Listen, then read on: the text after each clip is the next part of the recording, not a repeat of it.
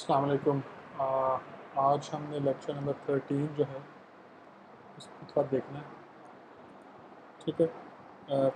Lecture number 13 जो है it's about factors affecting run of. ये कौन कौन से फैक्टर्स जो हैं वो रन ऑफ को इफ़ेक्ट करते हैं। कि रन ऑफ जो है वो एक मेजर फैक्टर है इरोजन का। ठीक है। Run off is a major factor of erosion. ठीक है। तो इसलिए इसको जो है थोड़ा देखना है कि रन ऑफ जो है उसको कौन कौन से रन ऑफ इट सेल्फ जो है वो किन किन फैक्टर से इफेक्ट होता है। ठीक है। रन ऑफ जिन फैक्टर से इफेक्ट होता है ऑब्वियसली फिर उनका जो इम्पैक्ट है वो सॉइल की इरोजन पे लाजमी होगा। तो रन ऑफ जो है उसको तीन फैक्टर्स जो है वो इफेक्ट करते हैं। उनमें से पहला है रेनफॉल ड्यूरेशन।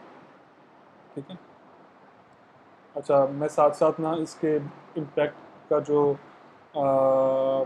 रिज़ल्ट है इरोजन पे नेगेटिव है कि पॉजिटिव है उसको बताता जाता हूँ। सबसे पहले है रेनफॉल ड्यूरेशन से लिखी है। रेनफॉल ड्यूरेशन जो है ऑब्वियसली जितनी ज़्यादा होगी, जितनी ज़्यादा रेनफॉल ड्यूरेशन होगी, आप सब लोगों को पता है कि उतना ही ज़्यादा जो है वो रन ऑफ बनेगा। ठीक है। ये तो आपस में डायरेक्ट का रिलेशनशिप है।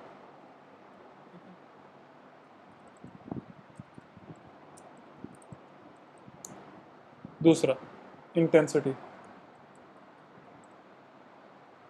जितनी ज़्यादा होगी intensity obviously run of will be more. और इरोजन जो है ऑल्सो। ठीक है। तीसरा है एरियल डिस्ट्रीब्यूशन। अब एरियल डिस्ट्रीब्यूशन क्या होती है?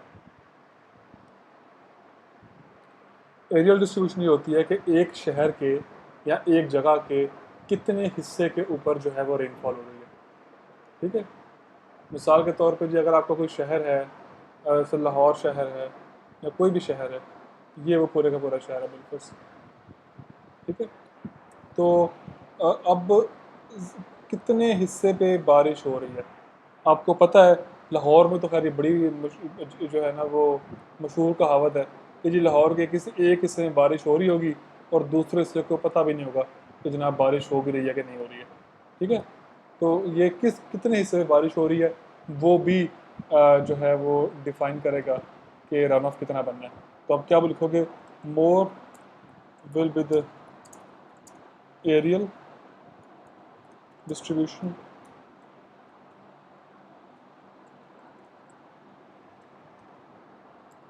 More will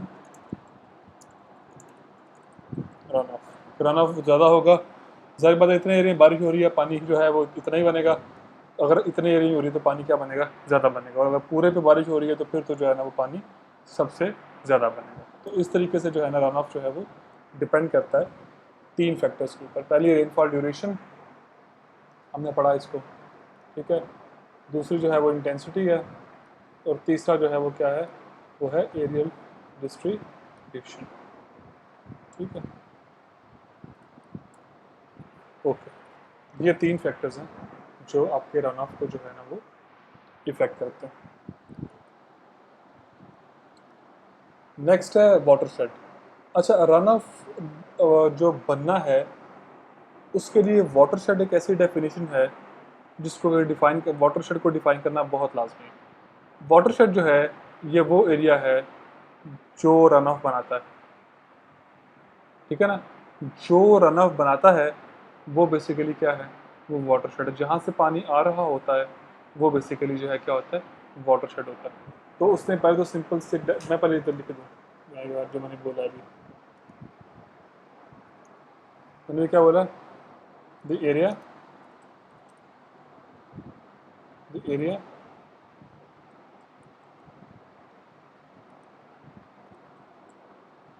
the area which generates runoff is called watershed। तो जहाँ से पानी बन के आ रहा होता है उस एरिया को जो है वो क्या बोलते हैं आप? वाटरशेड बोलते हैं। सही है। जैसे मिसाल के तौर पे ऐसे मिसाल के तौर पे ये बड़ा खैर डेरा गाजी खान या इस तरह के इलाकों में तो ये बड़े मशहूर किस्म के इवेंट हैं, लेकिन रावलपिंडी इस्लामाबाद में भी जो है ना ये बड़ा एक मशहूर किस्म के इस तरह के इवेंट होते हैं कि बिलफर्ज अगर दो सिटीज़ हैं, एक सिटी जो है ना वो यहाँ पे है, ठीक है, नॉर्थ में कहीं पे है, बिलफर्ज इस सिटी को मैंने नाम पे बोल दिया, सवात बोल दिया, ठीक है ना, और इसके साउथ के अंदर यहाँ पे कहीं पे जाके जो है ना वो कोई एक शहर आया, बिल्कुल इस्लामाबाद आ गया, इस्लामाबाद रावलपिंडी बोल लो, ठीक है, ये शहर है, ठीक है। अब भले रावलपिंडी में कोई बारिश ना हुई हो, कोई कुछ ना हुई हो, सपोज करो सवात के अंदर बहुत इंटेंस किस्म का स्टॉर्म आया, ठीक है ना, पूरे सवात के ऊपर जो है ना बहुत इंटेंस किस्म का रेड अलर्ट किस्म का जो है ना वो तूफान जो है ना वो आया हुआ है, ठीक है। हम्म।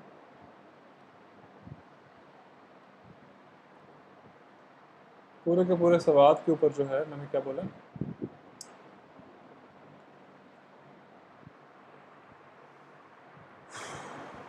बड़ा रेड अलर्ट किस्म का जो है ना वो स्टॉर्म आया हुआ है, फिल एयर, ठीक है, बहुत रेड अलर्ट किस्म का स्टॉर्म आया हुआ है। अब यहाँ से जो पानी बनेगा, हम सब इस बात को जानते हैं कि भले पिंडी में कोई बारिश ना हुई हो, लेकिन अगर बिल फर्ज कोई ऐसा चैनल जो है ना वो सवात और पिंडी को कनेक्ट कर रहा है, ठीक है, तो क्या होगा कि सवात से पानी निकले बहता बहता बहता बहता पिंडी के अंदर उसने पहुंचना ही पहुंचना है। अगर पिंडी के अंदर भले की बारिश नहीं हुई है, लेकिन सवात का पानी पिंडी पहुंच रहा है, तो एक तरह से हम क्या बोलेंगे कि Swat is the watershed area of Pindi. कि सवात का एरिया जो है ये बेसिकली वाटर जो है लेके आ रहा है किसके लिए, पिंडी के एरिया के लिए, सही है। तो ये जो एरिया जो है फ्लड को जो है पानी को जो है कलेक्ट करता है और किसी दूसरे एरिया के अंदर उसको ड्रेन करता है, दैट इज कॉल्ड वाटरशेड, ठीक है। इधर लिखा भी है उसने, the area which collects water and drains drains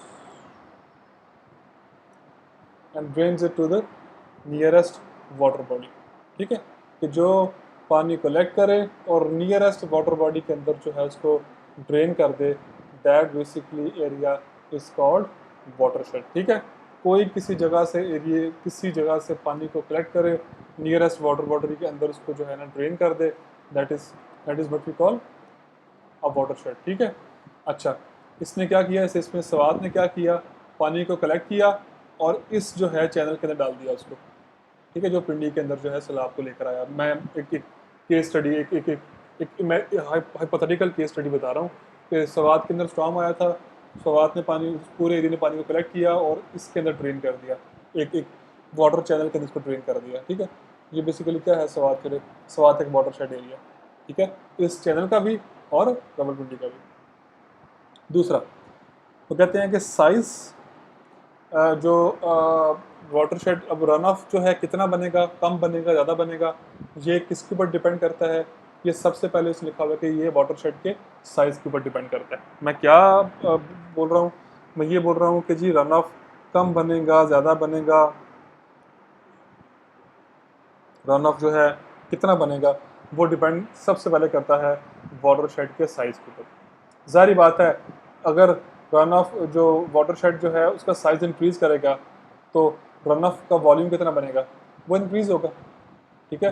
यही लिखा हुआ ना, run of volume and rates increase with the size of watershed के साइज जितना ज़्यादा होगा उतना ही जो है उसका वॉल्यूम और रेट क्या होगा, ज़्यादा होगा। And decrease with run of area, और वो डिक्रीज करेगा with run of area. Run of जितने ज़्यादा एरिया के ऊपर हो रहा होगा उतना ही वो जो बेसिकली जो उसका रेट है वो क्या होगा, वो कम होगा। मिसाल के तौर पे मैं छोटी सी मिसाल देता हूँ आपको, जैसे मिसाल के तौर पे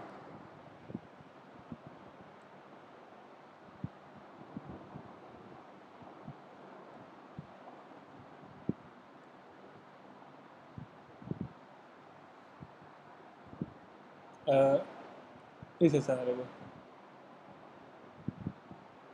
ये सपोज करो कि ये चैनल है,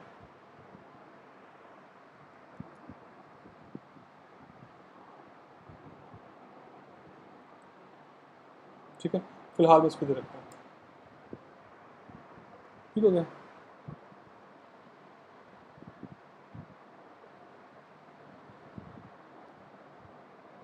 पहली बात तो ये वाली है कि अगर बिल फर्ज इतने एरिया के ऊपर से रन ऑफ बन रहा है, इतने मतलब कि ये जो एरिया है इस पर से रन ऑफ बन रहा है, ठीक है, मैं अगर सपोज करो कि जी जिस जगह से, या वैसे बनाना मुझे मेरे पता जहन में क्या आ रहा है कि बनाना मुझे ये चाहिए था, लेकिन बना मैं इसको रहा हूँ तो फिर तुम लोगों को ये कंफ्यूज ना करे, ये उसी उसी के ऊपर ही जो है ना उसको समझ लो, क्योंकि मुझे कन्फर्म है कि तुम्हें कंफ्यूज करेगा। मैं इसी को जो है ना वो थोड़ा सा और तरह करके जो है ना वो, ये बिल्कुल चैनल ही जाना हमारे पास जो पानी को लेकर आई पिंडी तक, ठीक है।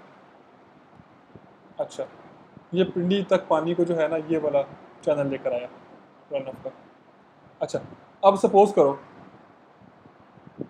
कि अगर मैं इस एरिया को जो है वो बढ़ा दूं,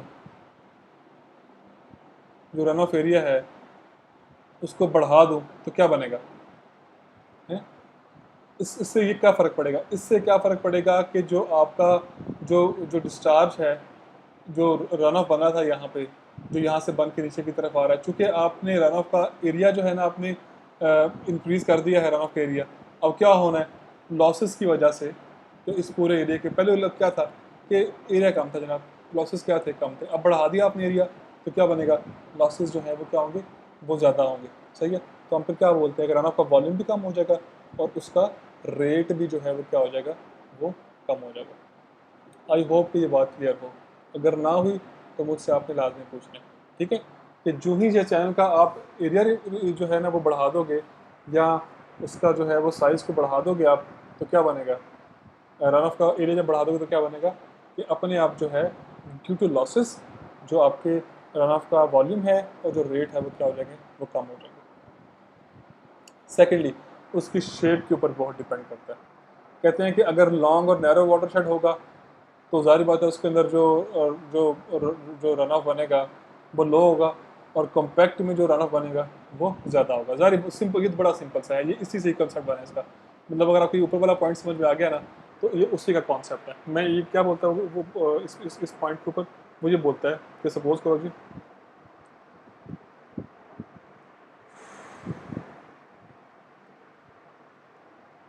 इतने ये है वाटरशेड का आपके पास जो है ना वो एक आपके पास लॉन्ग वाटरशेड है और नैरो वाटरशेड है, दूसरा आपके पास कौन सा वाटरशेड है, लॉन्ग और नैरो वाटरशेड आपके पास, ठीक है। और दूसरा आपके पास जो है ना वो कौन सा वाटरशेड है,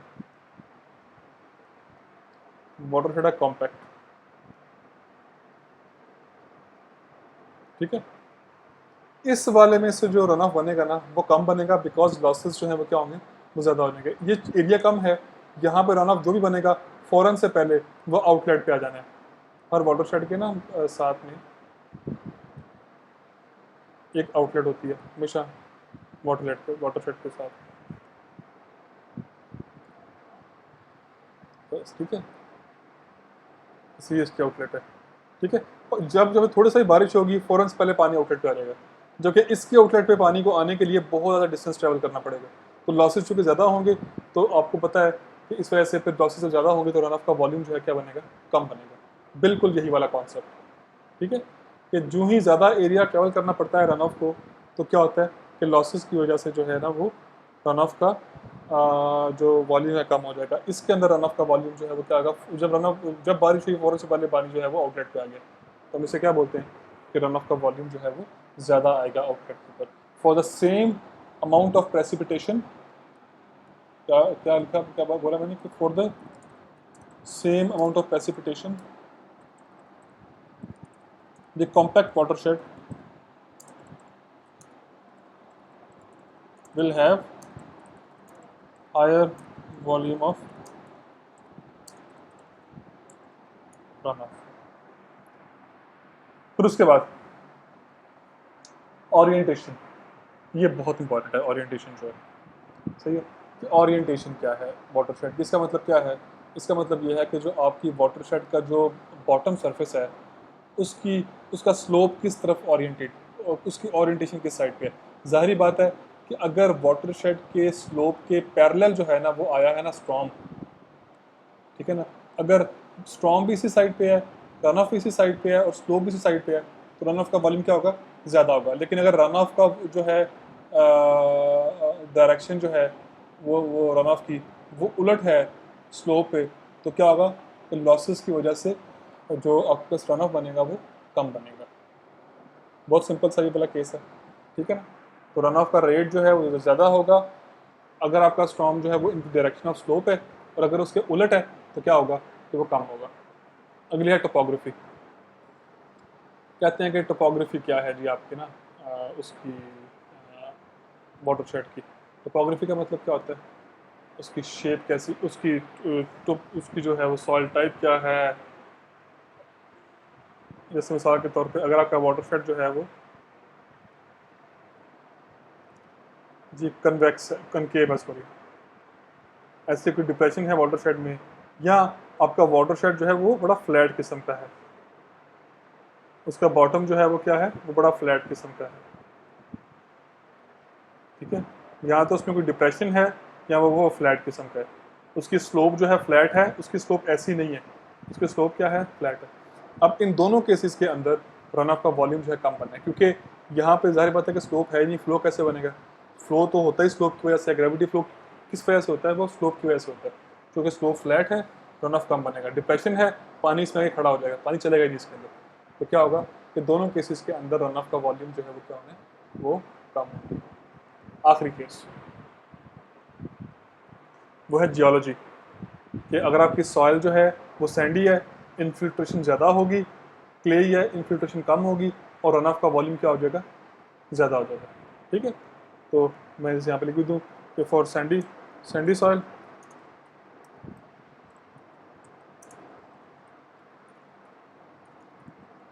ठीक है, और क्लेई सॉइल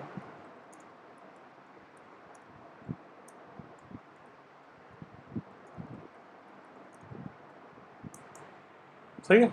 आखिरी सरफेस कल्चर क्या है आपका, कि मतलब आपने जो आपका वाटरशेड है वो उसका एरिया कैसा है। अगर उस एरिया के अंदर वेजिटेशन है तो रन ऑफ क्या बनेगा, रन ऑफ कम बनेगा, ठीक है। आपको पता है इस बात का, मैंने बहुत डिटेल में एक्सप्लेन किया लास्ट लेक्चर में, कि जहाँ जो वेजिटेशन होती है वो हमेशा रन ऑफ के आगे रेजिस्ट करती है उसको रन ऑफ करने को, ठीक है। तो अगर वेजिटेशन है तो वो जो है ना वो क्या होगा कि वो रन ऑफ जो है ना वो कम बनेगा। और अगर कोई आपका चट्टानी एरिया है, रॉकी एरिया है आपका, तो रन ऑफ क्या बनेगा, वो ज़्यादा बनेगा। इसकी एक बड़ी क्लासिकल केस स्टडी है, और वो कौन सी है, वो डी खान के जो सैलाब आते हैं, फ्लैश फ्लड जाते हैं उस एरिया के अंदर, क्योंकि वो बड़ा रॉकी एरिया है, कोई उधर वेजिटेशन तो है कोई नहीं। तो जब भी जो है ना उधर बारिश होती है तो वो फिर एक फ्लड जो है ना उस एरिया के अंदर आ जाता है फ़ौरन से पहले। वो क्यों आता है, क्योंकि वहाँ का जो सरफेस के ऊपर कोई वेजिटेशन है ही नहीं ऐसी कि जो उसको रेजिस्ट करे, उस बारिश के जो है ना पानी को रेजिस्ट करे, ठीक है। तो ये बेसिकली जो है ना आपके वाटरशेड की प्रॉपर्टीज़ थी, बड़ी सिंपल सी हैं। आई होप कि आप इसे समझ गए होंगे, अगर नहीं समझे तो आप मुझसे सवाल कर सकते हो। ये पहला हमारा लेक्चर जो है ना 13 का ये फर्स्ट पार्ट था, जिसको यहीं पेंड करता हूँ। जब वापस आऊँगा तो स्लाइड नंबर 4, 5 और 6 जो है इसको देखेंगे। जरा स्टे ट्यून्ड।